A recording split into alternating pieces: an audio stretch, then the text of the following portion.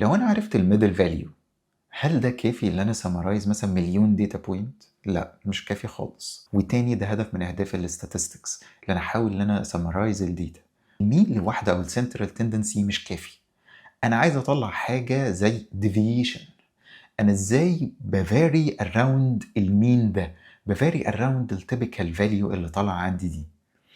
فواحد من الميجرز هو الستاندرد ديفيشن. لو انا دلوقتي عندي المين وعايز اشوف انا ببعد عنه قد ايه، مش حاجه بسيطه جدا ان انا اخد فاليو زي 182 دي وما قال والله بص انا هطرح المين عن الفاليو دي فكده انا شفت الفاليو دي بعيده قد ايه. ده حقيقي. طيب تعال نفكر فيها اكتر. انا دلوقتي عايز اعرف الحته دهيت موجوده فين، فوق ولا تحت. يعني ايه؟ انا لو اخدت ديفرنس والفاليو ديت كانت اصغر وطرحت المين منها، فاللي هيطلع هيكون نيجاتيف، ولو اكبر هتكون بوزيتيف. طيب انا في الفاريشن ما قلتلكش انا بكير about the direction. يعني ايه؟ انا قلتلك اللي انا بعيد عن بوينت معينة، بس ما قلتلكش انا بعيد عنها فانا اصغر من البوينت دي ولا اكبر من البوينت دي. فانا في الفاريشن دلوقتي مش بكير الدايركشن بتاعي فين، انا فوق المين ولا تحت المين. ولذلك اللي هعمله اللي انا هسكوير الديفرنس ده. فانا هاخد الديفرنس بتاعي ده وهسكوير الديفرنس ده، فانا دلوقتي ببص على الفاريانس. ده measure of variability around المين. مش بكير about the direction، عشان كده بسكوير الكلام ده. ده كلام لطيف، بس الكلام ده انت عايز تكرره لكل الداتا بوينتس اللي موجودة عندك. فانت عندك variability للبوينت 182، بس تقدر تكرر ده لكل البوينتس اللي موجودة عندك حقيقي. فتعالى دلوقتي ناخد الافريج بتاع الفاريابيليتي دي. فلو مشيت بالاكس اي فهي بتعبر على اني بمشي على كل بوينت موجودة عندي في الداتا، وبدأت ان انا اخد الديفرنس عن الاكس بار وبعد كده اسكوير الكلام ده واجمع كل الفاريابيليتيز دي مع بعض. هحتاج بعد كده ان انا اقسم على العدد بتاعهم، فانت كده جبت الافريج اوف فاريابيليتي. بس هو هنا في حتة صغيرة قوي. انت هنا حطيت الاكس بار، ولو تفتكر احنا فرقنا ما بين الميجرز اللي بتاخدها للسامبلز والميجر اللي بتاخدها للبوبيوليشن. لو انا جيت هنا قسمت على ان، لو انا بميجر الفاريابيليتي بتاعتي دي على سامبل والسامبل دي صغيره ورحت قسمت على ان، الناس لقوا ان في حاجه غريبه في الموضوع.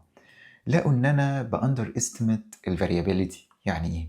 يعني الفاريابيليتي اللي طالعه عندي دي اصغر من الفاريابيليتي الحقيقيه اللي موجوده في الداتا. يعني ايه الفاريابيليتي الحقيقيه اللي موجوده في الداتا؟ لو تفتكر الاستاتستيشن الاحصائي بيحاول ان هو يقرب البيهيفير بتاع السامبل اقصى ما يمكن من البيهيفير بتاع البوبيوليشن. بيحاول ان هو يفهم من الداتا بوينتس المحدوده اللي موجوده عنده اكبر قدر ممكن يفهمه عن البوبيوليشن. فهو عايز يجنرالايز اللي بيفهمه من السامبل على البوبيوليشن. ولذلك لو انا هقسم على ان بس من السامبل، انا باندر استيميت الفاريانس. يعني ايه؟ يعني بقول ان الفاريابيليتي عندي هي اكس، مع ان الفاريابيليتي 2 اكس 3 اكس. الفاريابيليتي الحقيقيه اللي موجوده في البوبيوليشن اكبر من الفاريابيليتي اللي انت جبتها من السامبل بتاعتك. ولذلك انا بقول خلاص انا هقسم على ان ناقص واحد. هو ليه في فرق ما بين الاتنين؟ لان انت واخد سامبل صغيره، العدد بتاع الاوبسرفيشنز بتاعك صغير، فالاستيميت بتاع المين بتاعك مش المين الحقيقي. انت ستيل بعيد عن المين بتاع البوبيوليشن، فانت مش هتقدر ان انت جنرالايز 100%. لازم هيكون في فرق ما بين السامبل والبوبيوليشن ميجرز. فانا لما اقسم على ان ناقص واحد انا قللت الان اللي موجوده في المقام. فده هيعمل ايه؟ لما انت بتقسم على حاجه انت قللتها فده هيكبر الناتج، هيكبر الفاريابيليتي. فعشان احنا كنا بنأندر استيميت الفاريانس، انا قسمت على ان ناقص واحد علشان ازود الفاريانس حاجه بسيطه فيقرب من الاكشوال فاريانس بتاع البوبيوليشن. لو تاخد بالك بقى دلوقتي من حاجه، ان الفاريانس عندي مش ماشي على نفس السكيل بتاع الداتا، لان انا اخدت الاكس اي ناقص الاكس بار. لو كنت قلت لك ان ده ديفرنس فهو 2 مثلا، فانت فهمت ان الاكس اللي عندي بعيد عن الاكس بار بمقدار 2. يعني ايه بمقدار 2؟ يعني انت عارف السكيل بتاع الداتا، لكن لما انا اسكوير الكلام ده فانت دلوقتي ما بقتش عارف. لو جيت لواحد صاحبك قلت له الفاريانس 20، مش هي نفس السكيل اللي كانت الداتا عليه. طيب ونعمل ايه في الموضوع ده؟ تعال ناخد الميجر اوف فاريابيليتي ده على ستاندرد بيكون equivalent للسكيل بتاع الداتا. فاحنا ناخد السكوير روت بتاع الفاريانس ده واسمي الكلام ده الستاندرد ديفيشن. فهو دلوقتي بقى ستاندرد واي في تعبيري عن الديفيشن اراوند المين، وده اطلقنا عليه الستاندرد ديفيشن.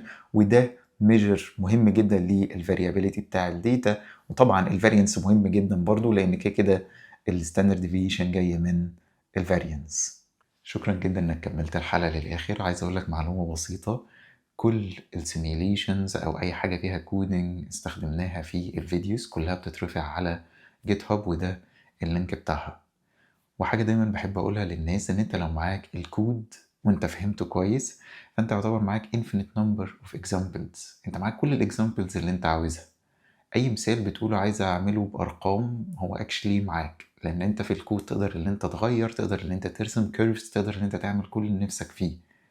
فانت كده بتعمل حاجتين: بتتعلم كودينج وبتتعلم الكونسبت بشكل اعمق. اشوفك الحلقة الجاية. سلام.